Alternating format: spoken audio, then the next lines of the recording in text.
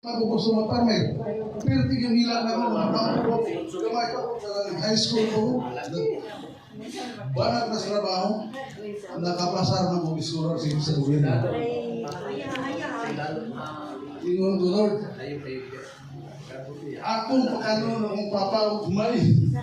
Iwag karon sila humay. Pagkaluya yun, apag.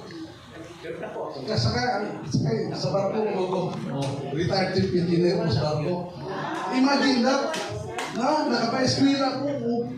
Kanang dito si Royal Enas Balay. Dito siya ang uyong kong ikaibilin niya yung motor. Kaya kulang ng gapon. O na ako'y autong karag ba. Ako ang kuwan ba sa among kalisod. Nakahawa sa kalisod.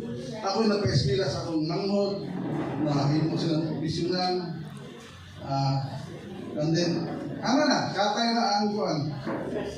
Hangtod karon nag-retire ko as engineer. Naabot na ko ang pinakataas na kuwan. Gobyerno ang nagasto. Imagine that, gikan sa pantalon, gikan sa kuwan, uniforme, gikan sa sapon, gikan sa tuwalya. Gobyerno talaga nagasto. Sa una na to. No. So akong mga anak karon, pili na sila. Anak kong farmer, anak naman sila engineer. Wala na sila ka Agi o kalisod. Na